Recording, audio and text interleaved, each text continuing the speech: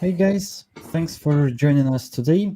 We will be talking about I/O streams. It was a Java API starting from, I think, Java 1. It's a preferred way to work with files, and well, in some cases, it may be like the only way to do your task. For example, when the file is very big and you cannot read all the lines to the memory. And yeah, please welcome Sergey. He will tell us today everything that we should know about our streams.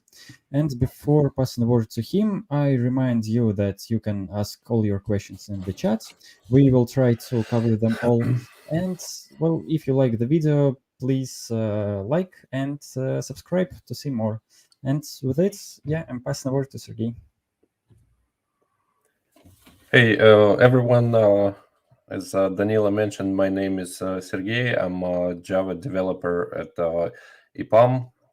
And again, today we'll be talking about I/O streams. So let me start with the first slide. And regarding the question, guys, if you have something urgent, please don't hesitate to ask because I know that if you keep it to yourself till the end of the presentation, you may just forget it. So please feel free to ask questions, and we'll probably make a Q&A session somewhere in the middle of the presentation and somewhere closer to the end.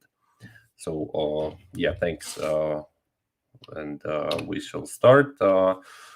So input and output, it's I/O for short. It's fundamental things to any operating systems or the programming language.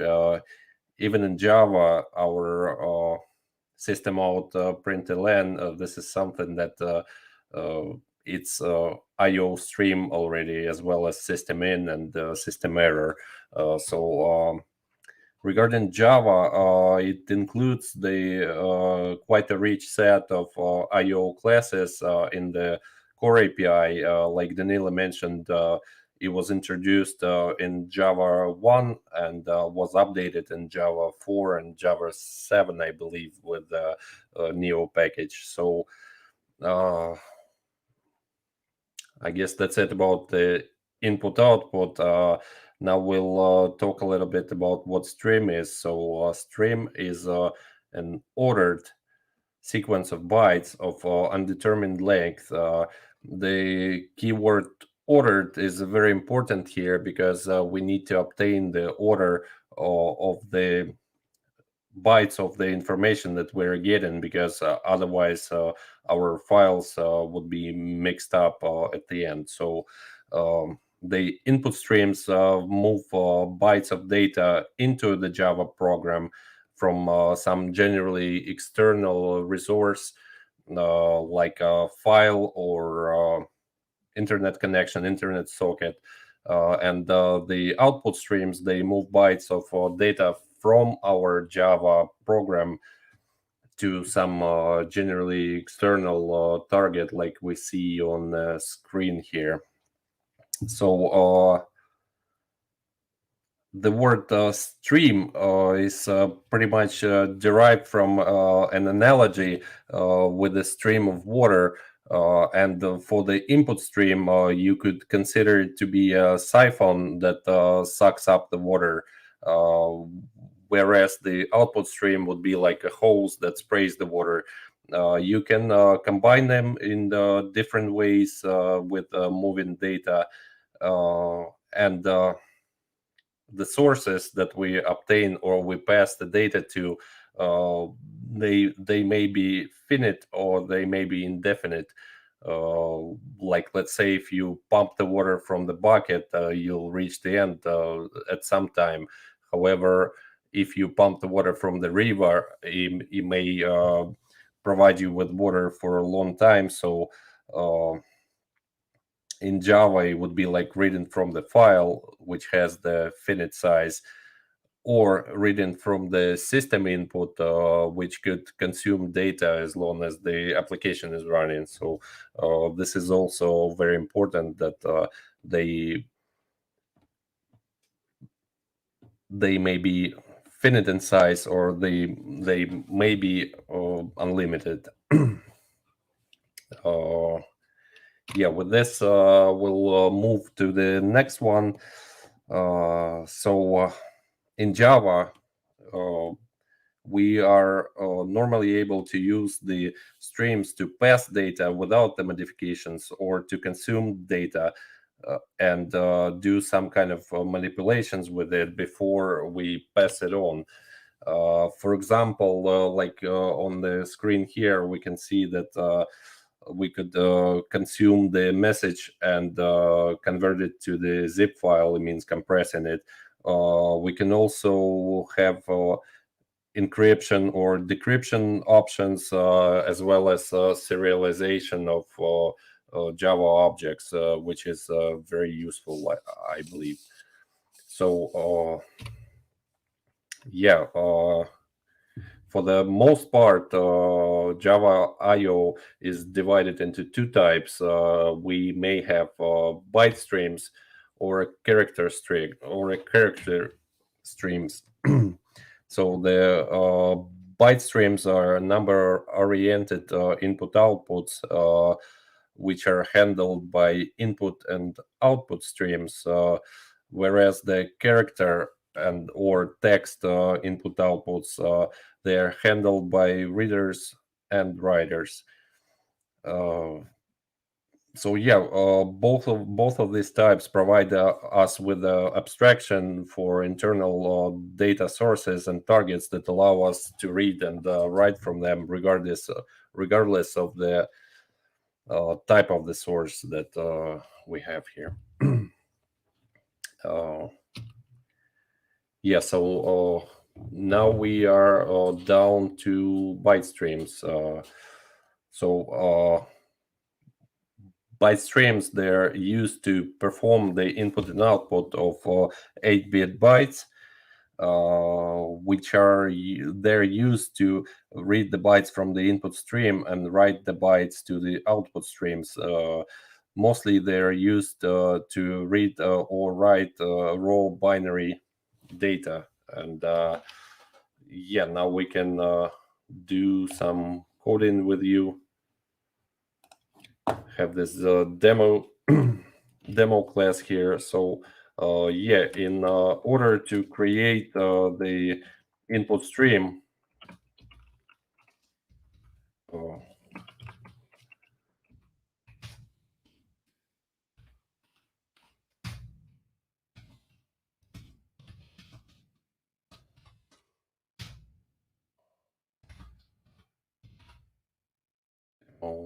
one txt. Yeah, in this line of code, oh, I'm sorry, we need to open it with a try, because this can throw the IO exception here.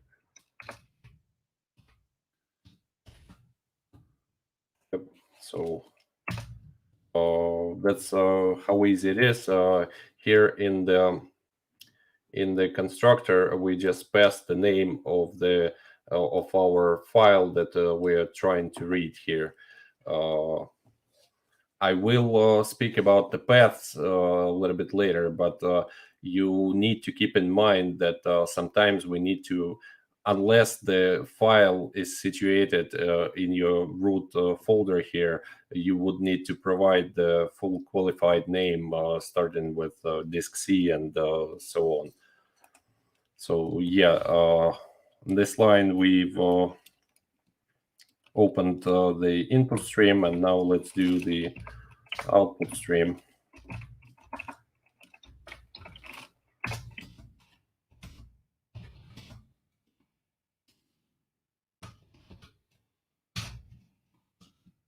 And here we just need to provide the name of the file that we are going to read the information to.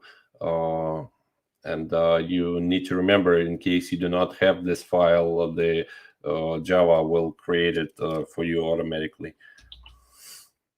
Yeah, let's call it again txt. So yeah, one thing to remember here that those are considered to be resources that need to be closed. So in our case here, we need to add the finally block where we would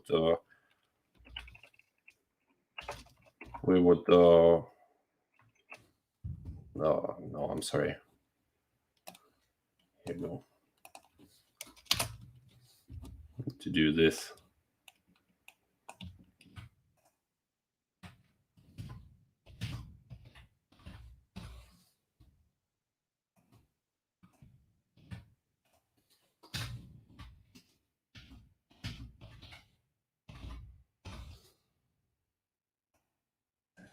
Get rid of this and get rid of this.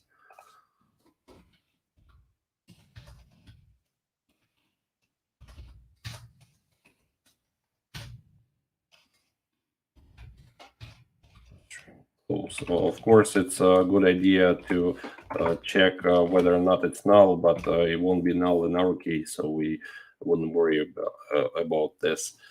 So yeah, now we have opened the input stream and the output stream, and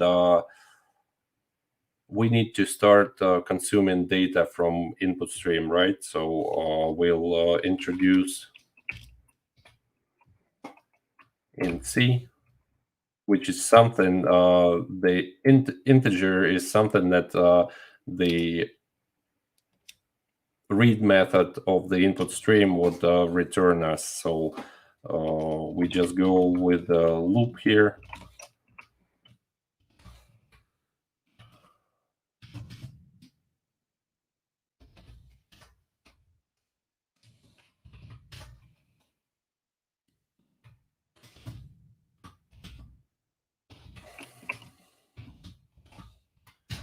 And here the -1 would show us that we have reached the end of the file. Otherwise, it would return the value of the byte that we have read now. So yeah, in here, while we are still able to read something, we would try to write it to the output.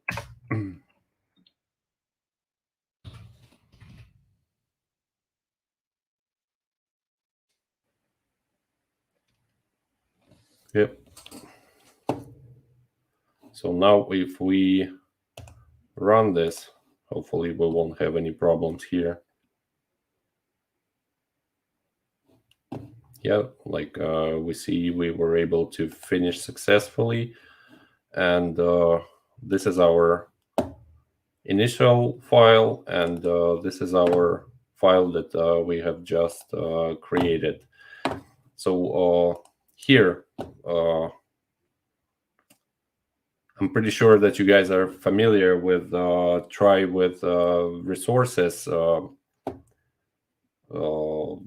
feature of Java.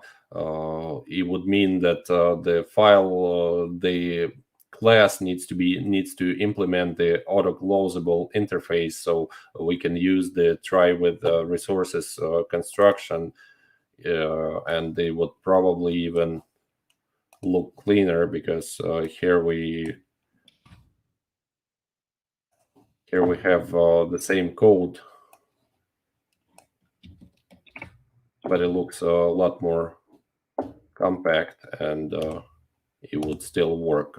Another thing that I wanted to mention here as well, that this, anytime you would call this, it would mean that this out again text file will be overridden with new data. It's the same in our case, but in case you have something else, you need to keep in mind that you may need to change the file names sometimes. Yep. So our byte streams program, it's used to perform the input and output of 8-bit bytes, as I already mentioned. Again, all the byte stream classes are descended from the input stream or output stream. And another important thing here that all the stream types are built on the byte stream. So regardless of what you're using, you may have like integer stream or something else. It would still be built around the byte streams. So yeah, that's very important. And on the diagram here, you would see the explanation for our little program that we just wrote. Like we had the while cycle, and we were reading the initial file byte by byte, and then transfer it to our destination file. And again, method read would return you -1 when the end of the file is reached. So this can be used as a marker for you to stop writing or doing anything you want to do with the data.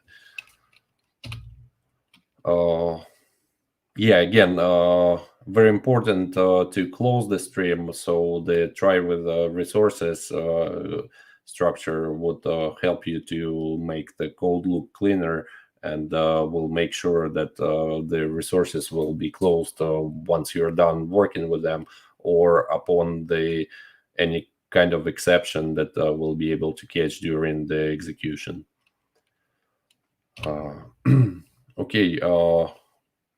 Any questions so far? Yeah, we had several comments on the try with resources until you used it. And now we have one question.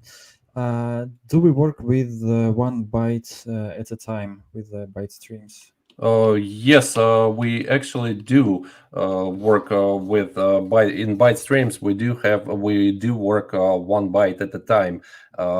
We can introduce some kind of byte array buffer, but it generally we read 1 byte at a time. Yes. Okay, thanks. I think we can go further. Yeah, thank you.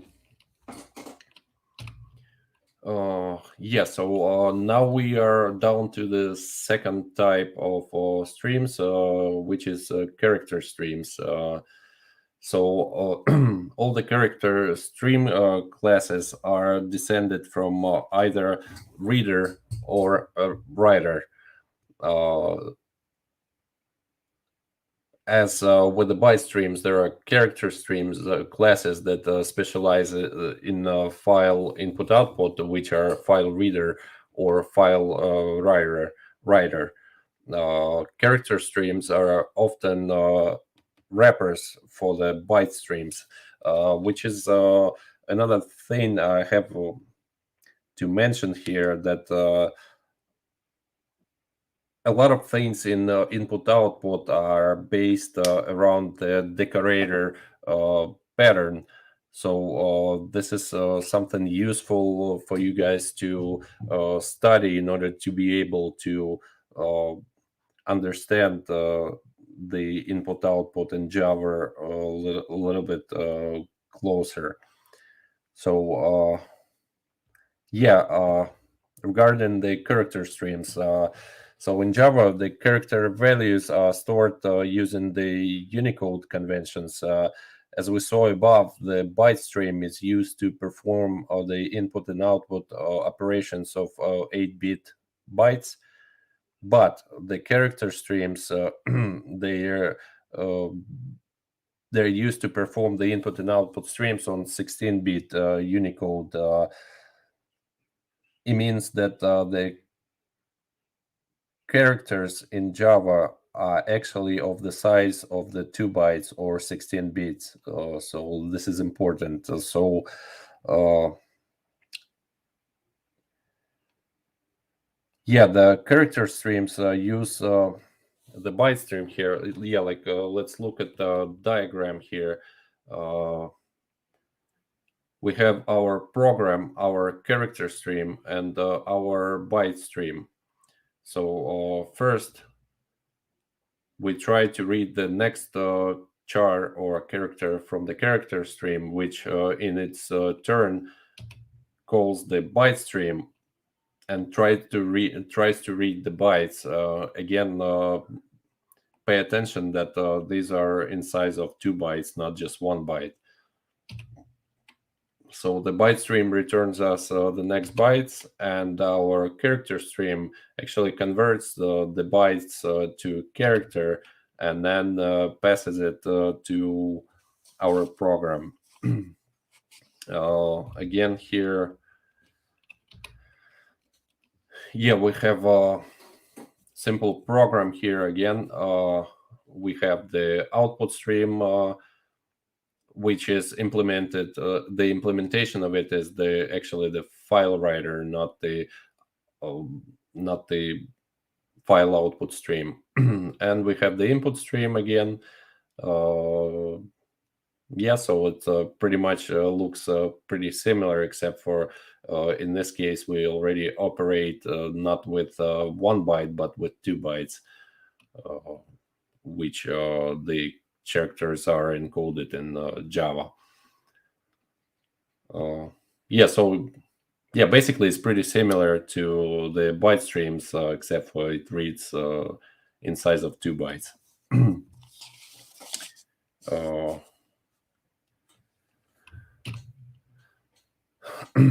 So yeah, our next slide here is actually about convenience, because it's not it's not really convenient to read it like one character at a time, and you also provide some additional load for our system, which is not very effective sometimes on the bigger sizes. So we would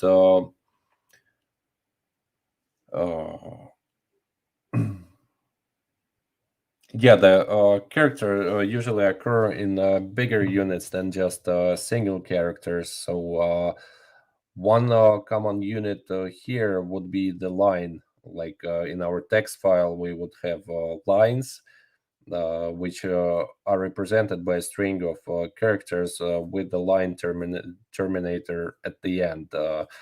Um, and it's correct about the Java. Write once, run anywhere, because Java actually supports all the possible line terminators and allow programs to read text files created on the under any of the widely used operating systems. Sorry, guys. Yeah, and here we have a little demo. Like again, we would open the input stream, which is our buffered reader. Remember, with characters, we are using the readers, not the input streams. And again, we have output stream, which is our print writer, or which consumes the file writer, and this allows us to read the files actually line by line. So if we run this code, we'll be able to see that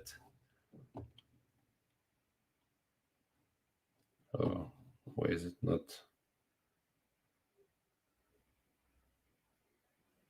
Oh, okay, I'm sorry. Yeah, we created a character output here. Yeah, and again, as we can see, these lines were actually read one by one, and later propagated to our output, which is our case here. Okay, moving to the next slide, I'd like to talk about buffers a little bit. So yeah, most of the examples we've seen so far, they used unbuffered input-output, which means that each read or write operation is handled directly by underlying operating system. And again, this can make a program much less efficient, since each such request often triggers disk access or some kind of network activity or some other operation that could be relatively expensive. So to reduce this kind of overhead, the Java platform implemented the buffered input-output streams. And buffered input streams read data from the memory area known as buffer. The native input API is called only when the buffer is empty. So similarly, buffered output streams write data to a buffer in their native output API is called. So it's actually pretty easy to convert just the input stream to the buffered input stream, like we've seen here. I believe, yeah, like right here, we used the buffered reader, which has this buffer we're talking about, and we just passed it our file reader with our file name in constructor, and this way the program is already much more efficient. And I encourage you guys maybe to run some tests, pick some kind of a big file, and watch and compare the time of the execution with the buffered reader on the bigger files. It would this program would execute a lot faster. So yeah, buffers are very useful for this kind of performance increases. So yep, let's get back to our presentation here. Yep, this is something that I already mentioned. Another thing that we touched a little bit already is the fact that the streams can be chained for the best effect.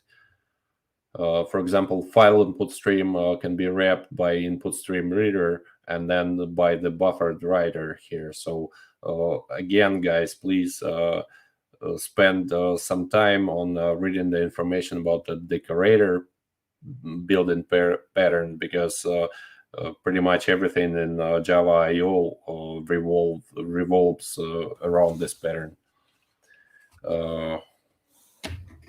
Yeah, we can actually combine streams into chains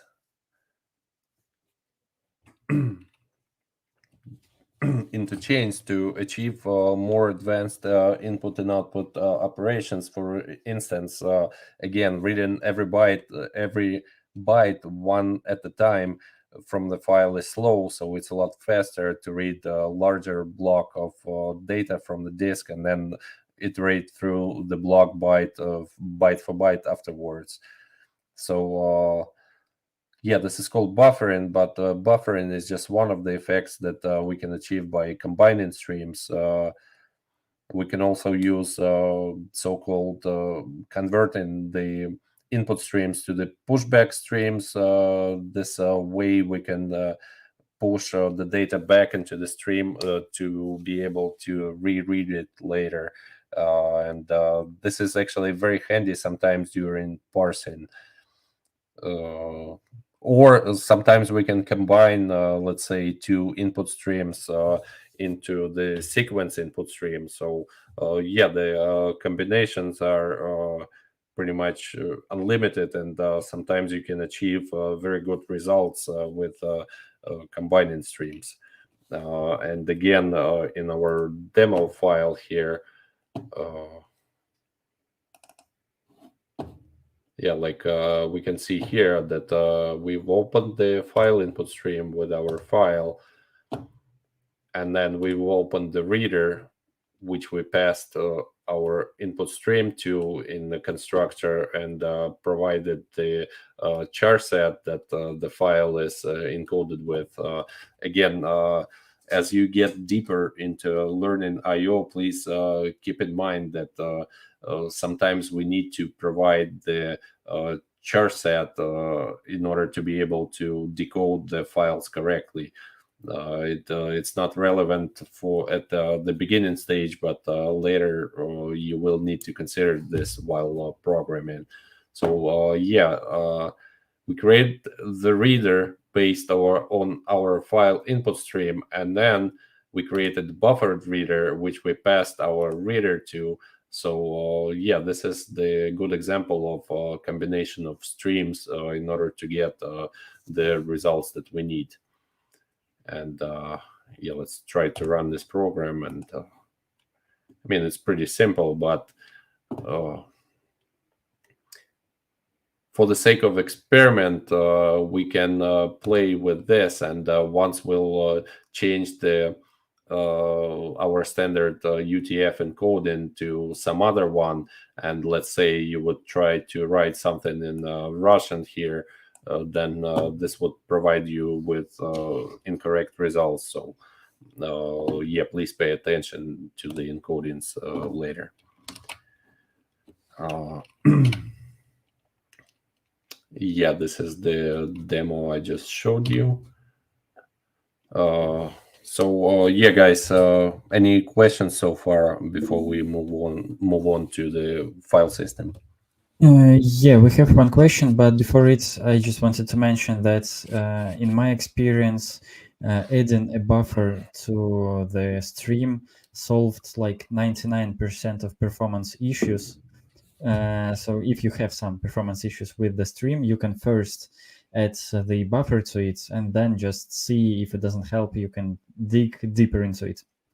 The question is, could you tell a couple more words about the encoding?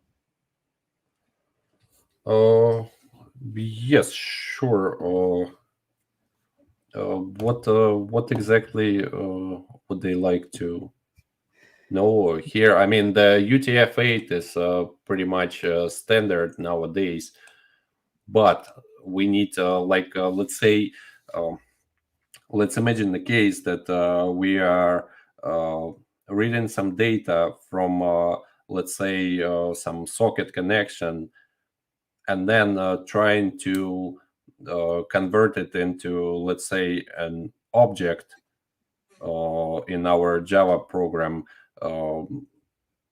We need to make sure or pass the encoding type somehow to our program for us to use it later on to be able to decode the data that you received correctly.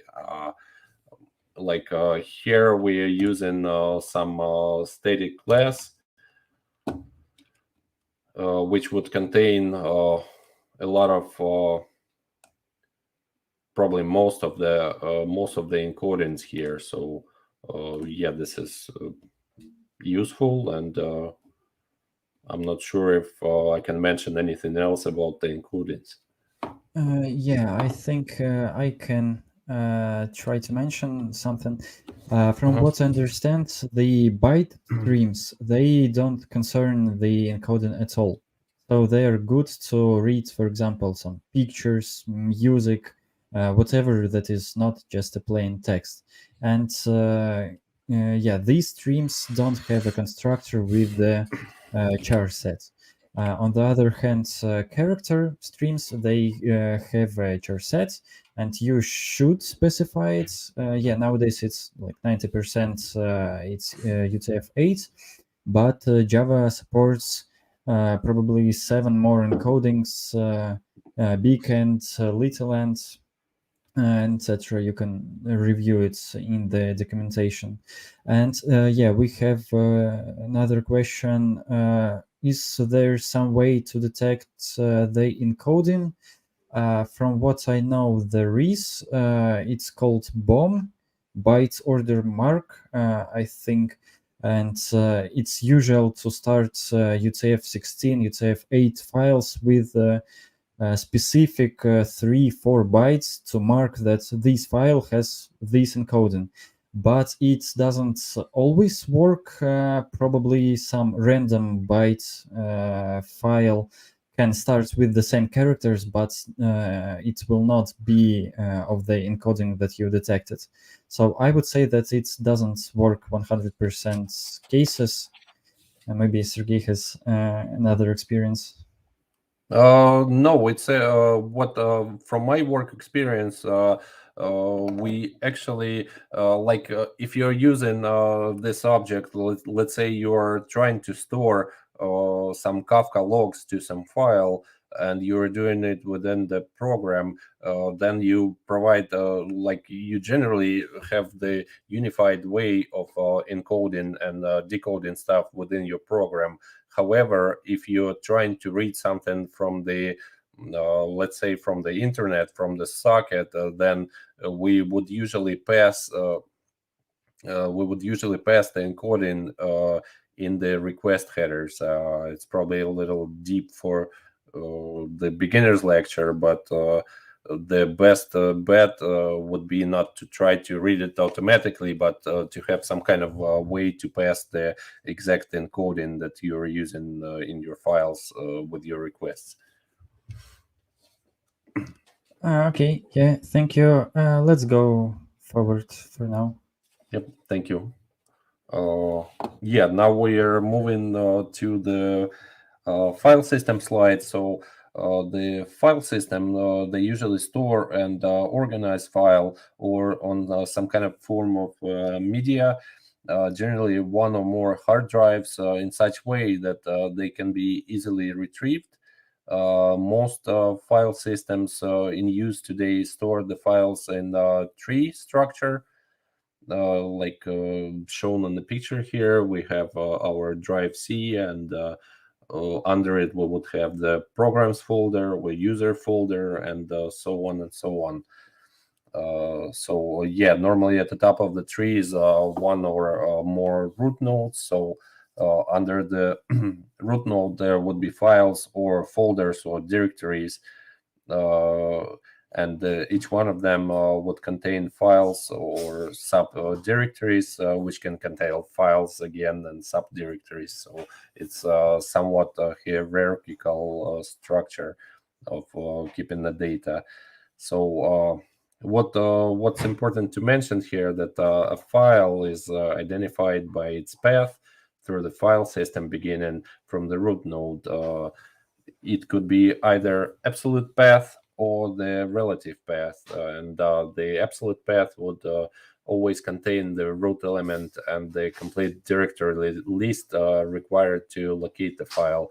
The relative path a lot of times needs to be combined with another path to be able to access the file. And again, the path is a lot of times important because you may not be able to access the files. Let's say if we move our demo txt here to the idea folder, then we would need to provide the full qualified name. Okay. Yeah, let's move on to the next slide, which is, excuse me, guys. Danila, can you please mute me for a second and turn off the video? Just for Yeah, 1 okay. second, please. Yeah, now we have one more question. In UTF-8, we can have characters taken from 1 to 4 bytes. How will character stream fill the character array? That's a good question. I think that it will read byte after byte, and well, it sees that the character in UTF-8 is finished, like it's we read everything that we wanted.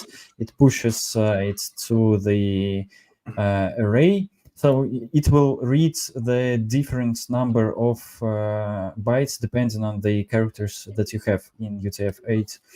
And if you're asking about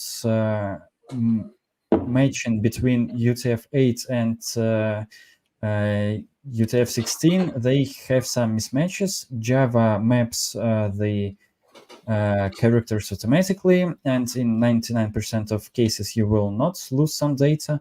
But from what I understand, there are some rare cases when UTF-8 cannot be matched to UTF-16. But yeah, I'm not 100% sure here too. I hope it's at least partially answers your question. Yeah, Sergey, I think we can go further. Yep, thank you. I'm sorry, guys, I had some background noise problems. Yeah, so there is a class in Java which is called a file, and it's the Java's representation of the file or a directory path name, because files and directory names have different formats on different platforms. A simple string is not adequate to to name them. Uh, and the Java file class actually contains several methods for working with path names, as well as we can delete, rename files, create new directories, list the contents of the directories, and determine in several common attributes of files and directories, like yeah, I've showed some of the methods here, but you can probably explore it further inside your IntelliJ or Eclipse or whatever you guys are using. But like the useful method would be, let's say, can read or can write. Sometimes we would prohibit the file to be overwritten, and this will show us this flag. So the file class is pretty much serves utilitarian purposes, with providing us some very useful methods here. So I encourage you guys to explore it later when you do some coding. And now we can, yeah, now we are back to, not back, but we are forward to the file name filters. So that's a very useful interface in Java that's used to filter file names, such as those returned from a call to file objects, the list files, or just a list method. And I do have a little sample code here regarding this. Yeah, hold on, let me hide this. Yeah, we created the path here, which is our main package here. And I created the method here that could be used with either with filter or without filter. So the file name filter is something that we can create, like in this case, I've created it using Lambda, but you can actually just say, you can use it as anonymous class. Let's say, yeah, like the idea suggests here, we only need to implement one simple method, accept, in order to use this class, and we can be able to pass it to our file class in order for us to be able to filter out our results. Again, feature of the streams, because you can do some modification or iterations inside your streams. Like let's say you can filter it right now, and if we look to the left at our structure here, this is supposed to return us only the files that starts with C, which is quite a simple case. So if we run this, no, hold on, something is not correct here.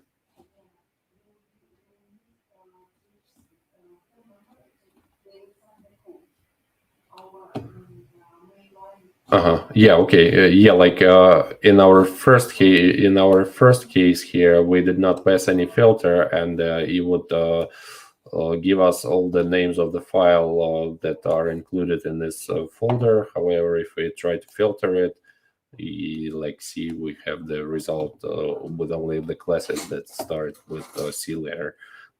This can be also a useful feature. Sometimes the packages can be big, and you would try to search something.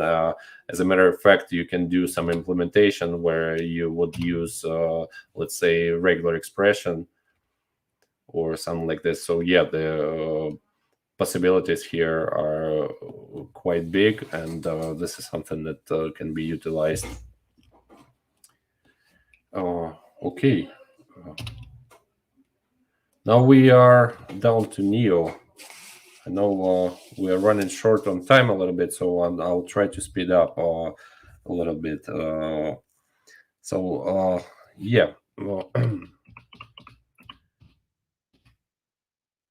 Java Neo, or the new input output, or non-blocking input output, sometimes it's called. It was introduced from Java 4 to implement some high-speed input output operations, which was an alternative to the standard input output API.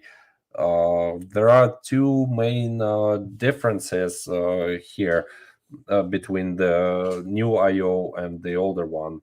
Uh, However, Java 7 is quite old itself. However, the package is still called new IO. So the first big difference, in my opinion, is the approach. The approach that was used for the input-output operation. So the older IO is a stream-oriented package, which means that it can be read one or more bytes at a time from the stream. It uses a stream for transferring the data between the data source or the data output, which is called sync sometimes, and a Java program. So it's somewhat unidirectional data transfer.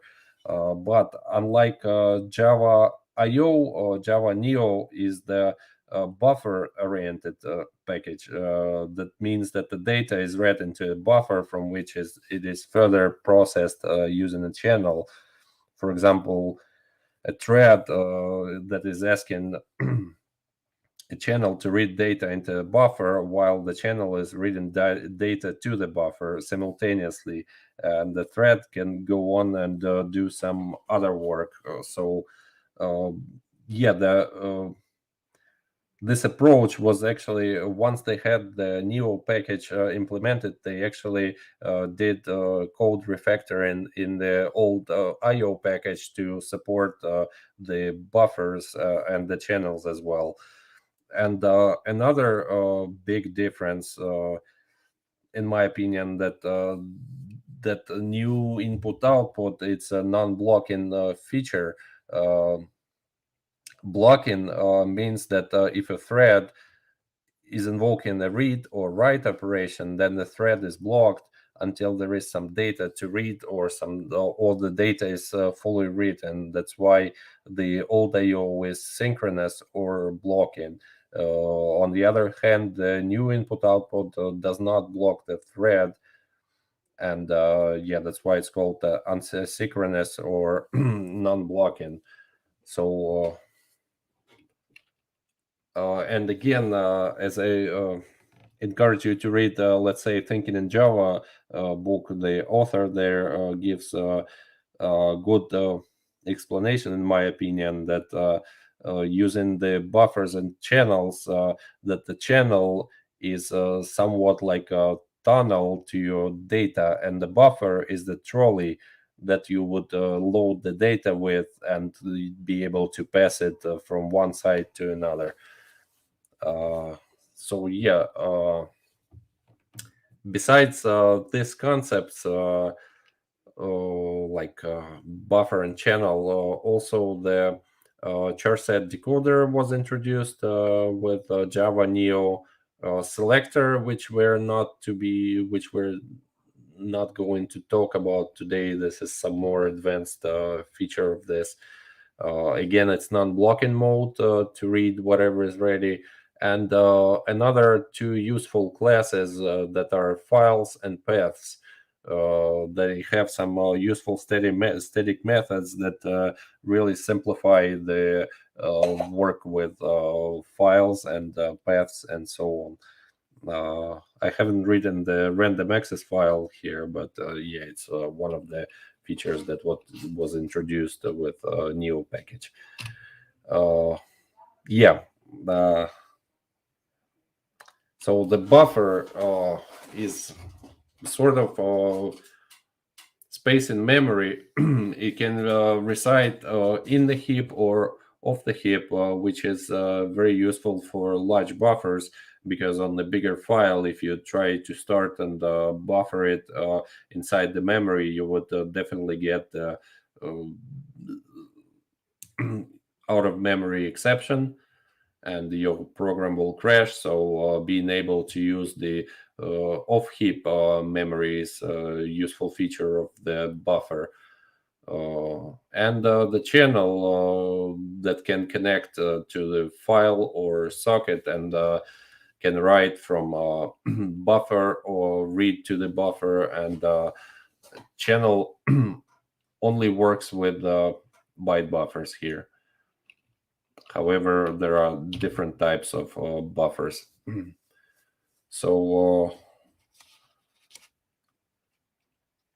yeah, there are several implementations of channels, like a file channel or a datagram channel or socket channel, which allows to work with network.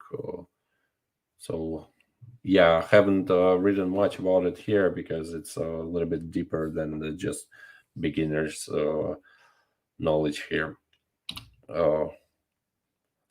Yeah, again, buffer is an in-memory structure backed by an array of bytes, and the size again can be as large as 2 gigabytes. Another thing again to mention that it's usually stored in the heap, however, and handled by the garbage collector. However, we can use the outside buffers as well. And this is our last slide for today, to talk a little bit about the buffer.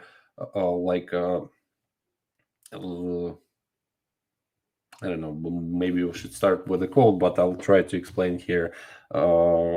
As I mentioned, the buffer is somewhat a trolley that we load the data to before transfer it to some place. So they actually have two modes, the write mode and the read mode. And there are three important properties in the buffer, which are position, the limit, and the capacity. So in our write mode, let's imagine that we start from position 0 and start filling it up, and the limit would try to constantly reach the capacity, after which we will stop, and after it's filled up, we would try to work with the buffer further. So yeah, the limit is constantly trying to reach the capacity here in the write mode, but in the read mode, let's say we start with the position, and the limit here would show you how much data is actually stored in this buffer, so you wouldn't have to go through the nulls till the end to reach the capacity here. Yeah, as I mentioned, there are different types of buffers, like byte buffers or char buffers or double buffers or float buffers. It's actually a lot of them. And I also thought that I need to mention that we do have some important methods inside the buffer class. One of them is allocate method, with where we provide the capacity or the size of the buffer. Of course, read and put methods that would either take the data from the buffer or put it into the buffer.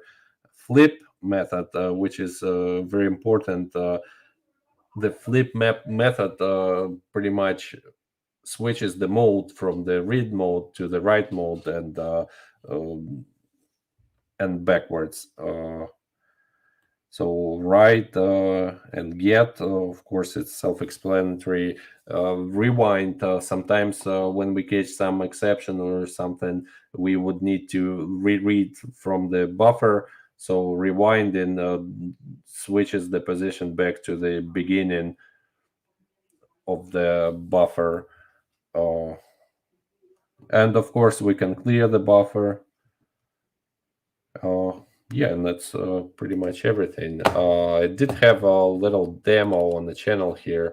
I don't think I would live code it with you, but here's an example of how we are able to copy the file using the buffers. Like again, we create in the file input stream and file output stream, which are byte types. Yeah, this is another important add-on with Java Neo. They made the old classes like input streams support the channels. Now we can just call the get channel method from file input stream or the output stream, and we'll get the channel. So in the next line here, we allocate the buffer's capacity, as I mentioned with allocate method here. Yeah, and then we pretty much start reading. Again, pay attention while we are not having -1, which would show us that this is the end. This is the end of the file. Here, what we do, again, we flip the buffer in order to be able to use it correctly. And then we're looking at the buffer with the method has remaining and trying to get our bytes and put it back to our out buffer. Then again, we call the flip, which is very important because otherwise it would write the data backwards. Yeah, and then we write it pretty much. Again, please make sure that you use the try with the resources or close it manually. And yeah, let's see if this works.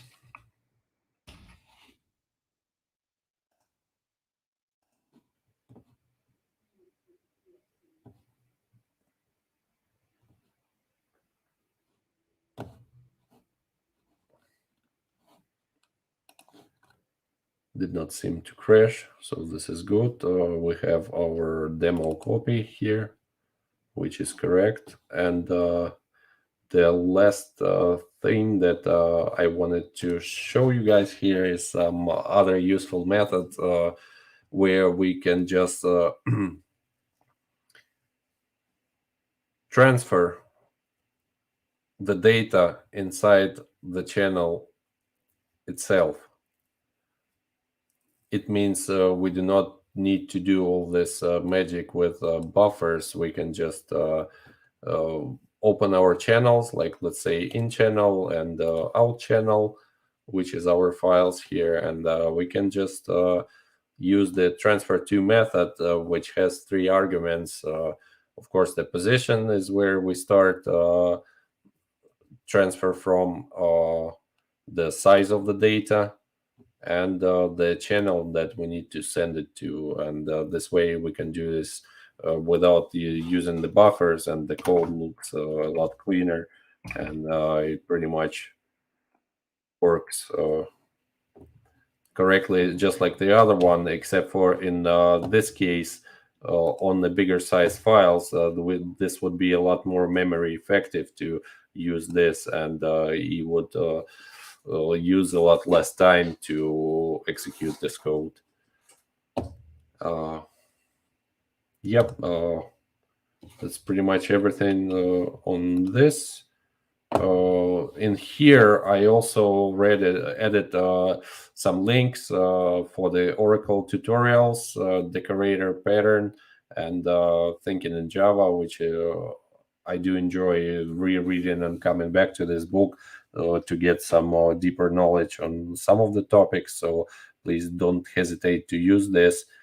Uh, yeah, and that's it. If you guys have questions, let's. Yeah, the link to the presentation will be on YouTube in the comments, maybe today, maybe tomorrow. We have one question for now. Are IO streams and Neo2 somehow connected, or are they separate facilities? Oh, they are, as I already mentioned, they are interconnected. And when they introduced the Neo package, a lot of the classes and methods inside the old IO package were refactored to support the new functionalities. Like I showed you here, we were able to create a file and get not the file, but we were able to create the input stream, which is in IO package, and still be able to call the channel from it in order to be used the Neo correctly. So yeah, they are pretty much interconnected, and a lot of the code in a lot of the old code was refactored according to the Neo standards. So yes, they are interconnected. I would probably say that they are still quite the different approaches to working with I/O, so you cannot interchangeably use them in the program. You can convert the channel to the stream or stream to the channel, but it's not as efficient to stick to one approach. And if you're writing a super performance application, I would say it's better to use Neo because it doesn't block your threads. But yeah, you can go from one to another.